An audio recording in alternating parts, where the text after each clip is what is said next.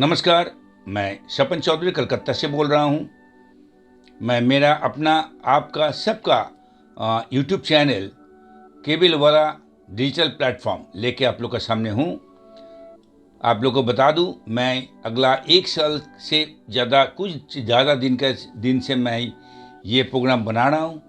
ये केबल वाला चैनल, इसका मेन मकसद है cable related and broadband related जो भी इंफॉर्मेशन है, इंडस्ट्री रिलेटेड जो भी इंफॉर्मेशन है, वो केबल ऑपरेटर के पास पहुंचाना। क्योंकि cable TV and broadband business जो केबल ऑपरेटर लोग करता है वो इतना एडवांस टेक्नोलॉजी के काम हो रहा है और फ्यूचर बिजनेस है। इसका इंफॉर्मेशन बिजनेस का हिसाब से रहना बहुत ज़रूरी है। आगे क्या टेक्नोलॉजी आ रहा है, बिजनेस कहाँ तरफ जा रहा है, ये इंफॉर्मेशन रहना बहुत ज़रूरी है, जो लेके आगे हम लोग बिजनेस कर पाएंगे। समस्या ये है कि cable TV and broadband related future business related कुछ भी इंफॉर्मेशन केबल ऑपरेटर के पास पहुंचता नहीं है। तो यही मेरा मकसद है, केबल ऑपरेटर के पास जो भी technological advancement, business related information और डेली बेसिस में जो हैपनिंग होता है वो केबल ऑपरेटर के पास पहुंचाएं, ताकि केबल ऑपरेटर सब इंफॉर्मेशन अपना ले करके अपना फ्यूचर बिजनेस के लिए रेडी हो पाए। अब आपको बता दूं, मैं अगला 3-4 रोज से एक इशू लेके बात कर रहा हूं। वो इशू था इशूज दैट इफेक्ट्स और makes threats to the cable operators business and its future business. ये लेके मैंने 3-4 इशू उठाए थे, जैसा ब्रॉडकास्टर, एमएसओ, केबल ऑपरेटर खुद और central government policies and state policies. अगला 3 इशू मैंने कर चुका हूँ। ये मेरा 4th एपिसोड है। इस एपिसोड में मेरा जो बात करने का है वो है गवर्नमेंट पॉलिसीज, सेंट्रल या स्टेट, वो कौन सा इशूज है जो केबल ऑपरेटर का बिजनेस का थ्रेट हो रहा है। आपको बता दूं, स्टेट गवर्नमेंट का कोई इन्वॉल्वमेंट केबल टीवी इंडस्ट्री में या ब्रॉडबैंड इंडस्ट्री में नहीं है, क्योंकि केबल एंड ब्रॉडबैंड रिलेटेड जो कंट्रोल होता है वो सेंट्रल गवर्नमेंट का पॉलिसी और प्रिंसिपल और जो भी है लॉ लेके होता है। आपको बता दूं, ये सेंट्रल गवर्नमेंट का ट्राई का अंदर में पड़ता है। नेचुरली ट्राई इसका लिए जो भी नियम लागू करता है या वो लाता है। तो इसमें स्टेट गवर्नमेंट का कुछ है नहीं, इसलिए स्टेट गवर्नमेंट का या स्टेट पॉलिसीज़ का बात नहीं रखेंगे। हम जो भी रखेंगे, सेंट्रल गवर्नमेंट का पॉलिसीज़ कैसे केबल ऑपरेटर का बिजनेस में इफ़ेक्ट करता है। अब ये बात करने के लिए इस इशू में मैंने जो कोशिश किया है, मैं बंगाल एंड नेशनल लेवल में जितना ऑर्गेनाइजेशन काम करता है सभी से हम दरख्वास्त किए थे, सभी एसोसिएशन को।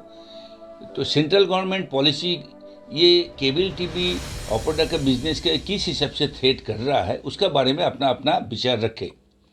तो ये चीज़ बोलने का बाद में बंगाल एंड नेशनल लेवल में कुछ एसोसिएशन इसके बारे में अपना जो सबमिशन मेरे को किया है उसी का वीडियो अभी आप लोग के सामने रखूँगा। आप लोग को दरख्वास्त है, ये आप थोड़ा सुन लीजिए। नमस्कार, আমি Chandranath pine, United forum, all Bengal United ফোরামের সেক্রেটারি এবং অ্যাপকোর সেক্রেটারি। আজ আমি আমাদের যে নিয়ামক সংস্থা ভারতবর্ষের ট্রাই সম্বন্ধে 2 কথা বলতে চাই। ট্রাই আমাদের ব্যবসা শুরু করার অনেক দিন পরেই নীতি নিয়ন্ত্রণ করার জন্য এসেছে। ট্রাই আসার পর থেকে আমাদের বিভিন্নভাবে আমরা ক্ষতিগ্রস্ত। ট্রাইয়ের নীতি অপারেটরের পক্ষে কোনোদিনও ছিল না, এখনও নেই। ট্রাই আসার পর থেকে আমাদের ডিজিটাল হয়েছে। ডিজিটালে হওয়ার পর গ্রাহক সুবিধা হওয়ার কথা ছিল, কিন্তু গ্রাহকের সুবিধা তো হয়নি। অনেক ক্ষেত্রে অনেক অসুবিধা হয়েছে গ্রাহকদের, এবং দাম কমার জায়গায় দাম গ্রাহকদের বেড়েছে। NTO 1 শুরু হওয়ার পর থেকে ভারতবর্ষের প্রায় 4 কোটি গ্রাহক কমে যায়, তথা যদি আমরা পশ্চিমবঙ্গ দেখি প্রায় 45 লক্ষ গ্রাহক আমাদের কমে যায়। ট্রাইয়ের এই পলিসি কোনোদিনও অপারেটরের পক্ষে নেই। ট্রাই ব্রডকাস্টারদের কন্ট্রোল করতে পারে না। ব্রডকাস্টাররা তাদের আইন মারফত ট্রাইয়ের সঙ্গে লড়াই করে এবং বারবার তারাই তাদের কাজ চালিয়ে যাচ্ছে এবং রেট বাড়াচ্ছে, নিজেদের মতো করে তারা কাজ করে চলেছে। ব্রডকাস্টারদের ওপর ট্রাই সেরকম কিছু আইন বলবৎ করতে পারছে না। আর ব্রডকাস্টাররা সেই সুযোগে কোনো আইন না মেনে ওটিটির মাধ্যমে লিনিয়ার টিভির সমস্ত চ্যানেলগুলো তারা সরাসরি সরবরাহ করছে। দামের কোনো নিয়ন্ত্রণ রাখছে না, দিনের পর দিন দাম বাড়িয়ে যাচ্ছে। ফ্রি ডিশে পে চ্যানেল দিয়ে দিচ্ছে, কিন্তু ট্রাই এদের বিরুদ্ধে কিছুই ব্যবস্থা করতে পারছে না। ট্রাইয়ের এই নীতিতে অপারেটরের কোনো সুরক্ষা নেই, বা দেখা যায় যে ট্রাই যখন কোনো আলোচনা করে সেখানে এমএসও বা ব্রডকাস্টারের লোক থাকে, অপারেটরদের কোনো উপস্থিতিও থাকে না। এর থেকে বাঁচার উপায় বার করতে হবে আমাদের। একটাই উপায়, যদি আমরা সমস্ত অপারেটররা সংঘবদ্ধ হই। सभी भाइयों को आप सबको मेरा प्रणाम। दोस्तों, मैं Vineet Kumar Tripathi Insta fibre net Delhi से आप सभी से मैं एक विशेष मुद्दे पर जुड़ा हूँ। जैसे कि आपने देखा है कि हमारे अलायंस के बहुत ही सम्मानित सदस्य स्वपन चौधरी जी ने एक केबल टीवी से रिलेटेड कुछ इशू उठाए और उन्होंने कुछ प्रश्न रखे हैं जिनका उन्होंने जवाब मांगा है हम सभी रिस्पेक्टेड केबल ऑपरेटर से कि इसके लिए मुख्य रूप से कौन जिम्मेदार है। तो मैं आप सबके माध्यम से जब मैं जितना मेरे को जानकारी है, इसके लिए दो मुख्य रूप से जिम्मेदार है। एक नंबर गवर्नमेंट पॉलिसी और दूसरा नंबर ब्रॉडकास्टर्स। दोस्तों, आप सबको पता है गवर्नमेंट की पॉलिसी जो इस केबल टीवी के मुख्य स्तंभ हैं केबल ऑपरेटर्स, ना तो उनको ध्यान में रख के बनाएगी, ना ही सब्सक्राइबर को ध्यान में रख के बनाएगी, जिसके वजह से डैश कानून लागू होते ही ब्रॉडकास्टर एक रिंग मास्टर की भूमिका में आ गया और अपने चैनलों की प्राइस हाइक कर दी। आज उसकी वजह से केबल टीवी का दिन पे दिन डाउनफॉल हो रहा है, आप सब जानते हैं। और डीटीएच और ओटीटी पे सब्सक्राइबर शिफ्ट हो रहा है। तो ब्रॉडकास्टर का कहीं से कोई नुकसान नहीं है। हम सबको इस पे बड़ी गंभीरता से सोचने की ज़रूरत है। और स्वपन दा जी, आपका बहुत बहुत धन्यवाद। आपने बहुत ही मुख्य रूप से मुद्दा उठाया है। इस पे गंभीरता से विचार करना। दादा, जहाँ तक मेरी जानकारी है, मुझे लगता है as per my limited knowledge कि ये ही मुख्य रूप से जिम्मेदार हैं। गवर्नमेंट की एक गलत पॉलिसी ही इसकी जिम्मेदार है। तो आगे आप लोगों से और जुड़ांगा। छोटे से वीडियो के साथ मैं आपसे क्षमा चाहता हूँ और विदा चाहता हूँ। धन्यवाद। আজকের কেবল টিভিটা কমায় চলে যেতে বসেছে, তার একমাত্র মূল কারণ ট্রাই। কেন্দ্রীয় সরকার পরিচালিত নিয়ামক সংস্থা ট্রাইয়ের ভ্রান্ত নীতির ফলে আজকের কেবল টিভিটা কমায় চলে যেতে বসেছে। এই কেবল টিভির উপর নির্ভর করে পশ্চিমবঙ্গে প্রায় 10 লক্ষ পরিবার এই প্রত্যক্ষ পরোক্ষভাবে কেবল ব্যবসার উপর নির্ভর করে তারা জীবিকা নির্বাহ করে। কিন্তু ট্রাই কনজিউমারের নামে কনজিউমারকে শিখন্ডি করে কেবল টিভিতে যে ট্যারিফ অর্ডার ইমপ্লিমেন্ট করলেন তাদের ক্ষমতার বলে, সেটা কেবল অপারেটরের কখনোই স্বার্থ সুরক্ষিত নয় এবং কনজিউমারেরও স্বার্থ সুরক্ষিত নয়। কেবল পুঁজিপতিদের স্বার্থ সুরক্ষিত করার উদ্দেশ্যে আমাদেরকে এই ব্যবসা থেকে উৎখাত করার চক্রান্ত নিয়ে কেবল টিভিতে নতুন আইন প্রণয়ন করলেন। এই ট্রাইকে আমরা বহুবার আমাদের অ্যাসোসিয়েশনের পক্ষ থেকে বুঝাতে চেষ্টা করেছি যে নিয়মটা আপনারা করছেন সেই নিয়মে কোনোদিনই অপারেটর স্বার্থ সুরক্ষিত থাকবে না এবং কনজিউমার এখানে স্বার্থ সুরক্ষিত হবে না। কিন্তু আপনারা জোরপূর্বক কেবল টিভিতে এই নিয়মটা আনার ফলে আজকে কেবল টিভিটা কমায় চলে যেতে বসেছে। তাই আমি আমাদের অ্যাসোসিয়েশনের পক্ষ থেকে আপনাদেরকে আবার অনুরোধ করব যে আপনারা নতুন করে চিন্তা ভাবনা করুন, থোকা পেমেন্টের ব্যবস্থা করুন, তাহলে কিন্তু কনজিউমার আবার আমাদের দিকে আসতে পারে, ব্যবসাটা আবার ডেভেলপ হতে পারে, আবার আমরা এই ব্যবসাটাকে পরবর্তী প্রজন্মের হাতে তুলে দিতে পারি। নাহলে এই ব্যবসাটা আমরা হয়তো হারিয়ে যাব। আমাদের বহু সংখ্যক মানুষ কর্মহীন হয়ে পড়বে, দিশাহীন হয়ে পড়বে। তাই আমাদের পথে নামতে বাধ্য করবেন না।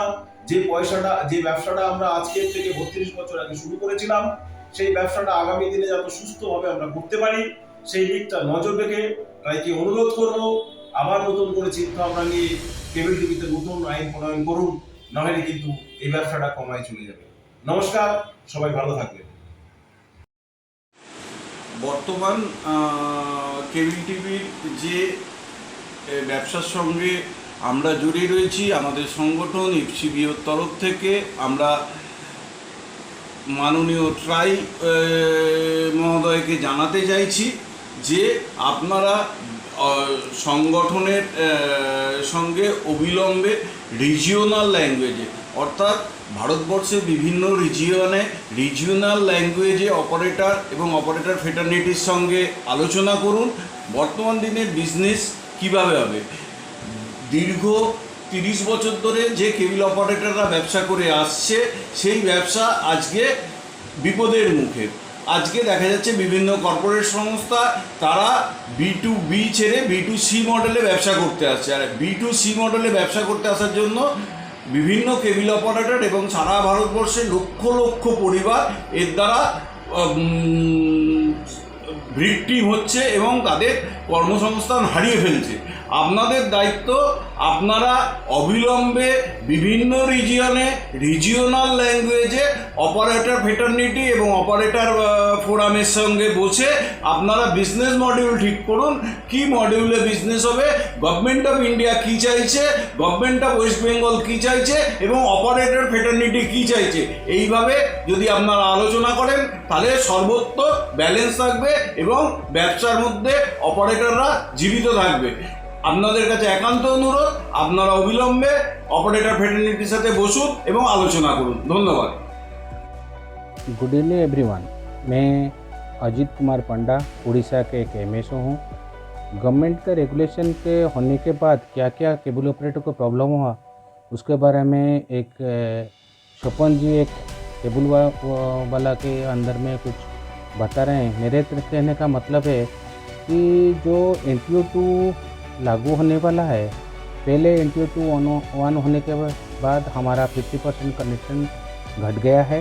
अभी जो NTO 2 लागू करने के जो NTO 1 था वो ठीक से लागू नहीं हो पाया, जिसके कारण इम्प्लीमेंटेशन ठीक से नहीं हो पाया। कस्टमर को समझ में प्रॉब्लम हुआ, जिसके कारण 50% कनेक्शन घट गया। अभी NTO 2 लागू होने का कगार के पर नवंबर 30 के बाद वो NTO 2 लागू होगा, जिसके कारण फिर हमारा इंडस्ट्री कैसे रिएक्शन होगा किसी को पता नहीं है। अभी क्या है कि OTT अभी मार्केट में बड़ा केबल ऑपरेटर को प्रॉब्लम कर रहा है और फ्री डिस्क भी प्रॉब्लम कर रहा है। गवर्नमेंट ने रेगुलेशन बनाया, उस टाइम में 4 बड़ा broadcaster Star, Sony, India cast and सब उनका जो जी का फ्री टू एयर चैनल जो फ्री डिस्क में दे रहे थे वो निकाल दिए थे। फिर अभी सुनने के मिल रहा है वो चारों चैनल फिर आ जाएंगे। गवर्नमेंट का पॉलिसी में क्लैरिटी ना होने के कारण आज इंडस्ट्री बहुत खतरे में है। और एक आज का डेट में बड़े बड़े प्लेयर अभी इंडस्ट्री में OTT के थ्रू में कूद रहे हैं इंडस्ट्री को, जो हमारा केबल इंडस्ट्री के लिए ख़तरनाक है। जिसके लिए जियो एंड एयरटेल ने खुद ने OR डाल के वो डायरेक्ट कनेक्शन दे रहे हैं, जो इंडस्ट्री के लिए प्रॉब्लम है। उसके लिए भी उनको सब कुछ लाइसेंस भी मिलता है, लेकिन हमको कुछ नहीं मिलता है। वो OTT के थ्रू में घर में जाके दे रहे हैं, स्मार्ट TV के कनेक्शन करके दे रहे हैं, लेकिन हम लोग आज वही केबल टीम में रहे हैं जो कि फ्यूचर में वही OTT की तरफ से जा रहे हैं। गवर्नमेंट ने OTT के ऊपर कोई रेगुलेशन नहीं डाला है, अभी तक कोई रेगुलेशन नहीं डाल के NTO 2 लागू करेगा तो इंडस्ट्री के लिए बहुत ख़राब है। इसलिए गवर्नमेंट को रिक्वेस्ट करना चाहिए कि वो पहले NTO 2 का रेगुलेशन लाए, नहीं तो NTO 2 में जो OTT में जो रेट लगेगा वो हमारा NTO 2 में जो प्राइस लगेगा सेम होना चाहिए, नहीं तो हमारा इंडस्ट्री बचाना प्रॉब्लम होगा। इसके लिए सबको ये इसके बारे में विचार करना चाहिए। Thank you. Mister Santham, secretary of Tamil Nadu state cable operators association, উনি কি বলছেন এখন আমরা শুনব। I appreciate your efforts. Unfortunately, central government don't bother about small entrepreneur.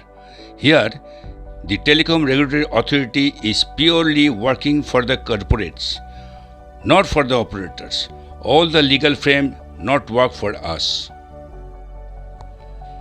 Still, our brothers have not sufficient knowledge about our industrial legal system. Therefore, we can't get the equal profit sharing. The association not teaching everything to our brothers. A perfect association should be formed at all over India level. Each and every day we must create awareness and all cable operators should coordinate. We all should work unitedly in the battle.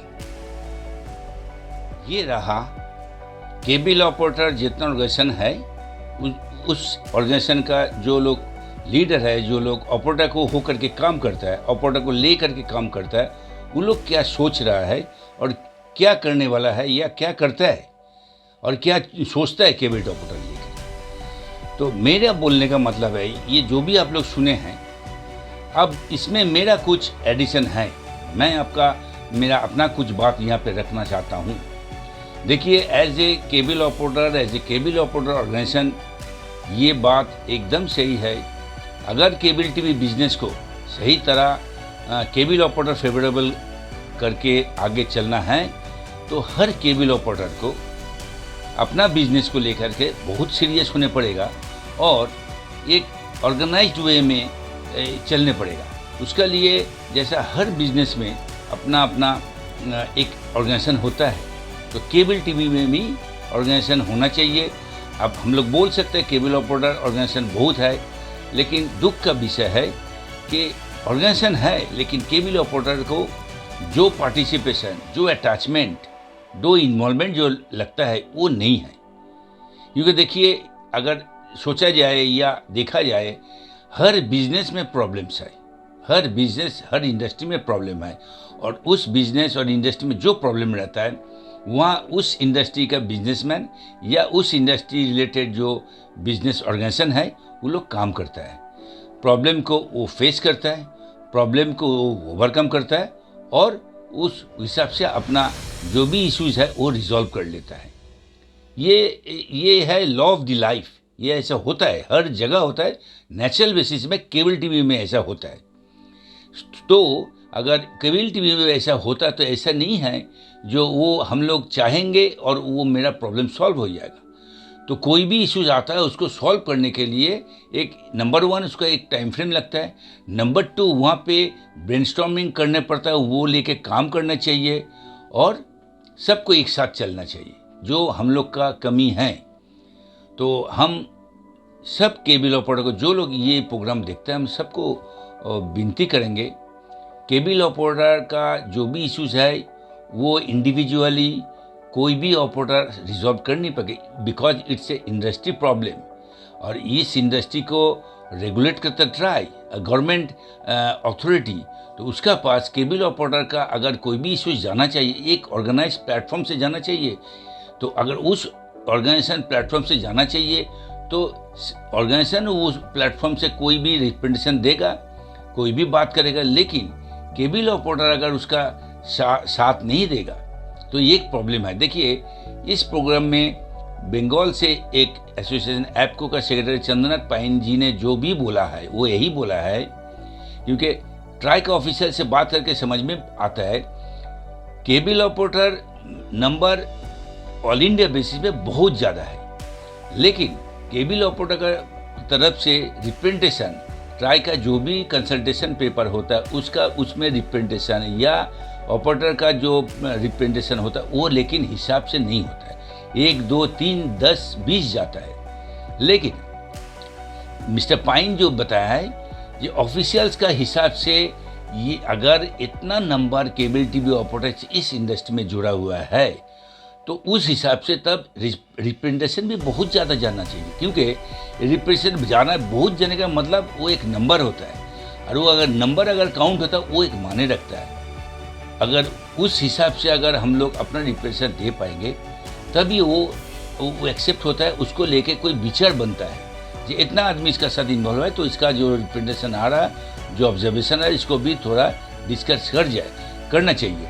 अगर ये नहीं होता, इसलिए जो corporates होता है वो लोग अपना हिसाब से प्रेजेंटेशन करता है।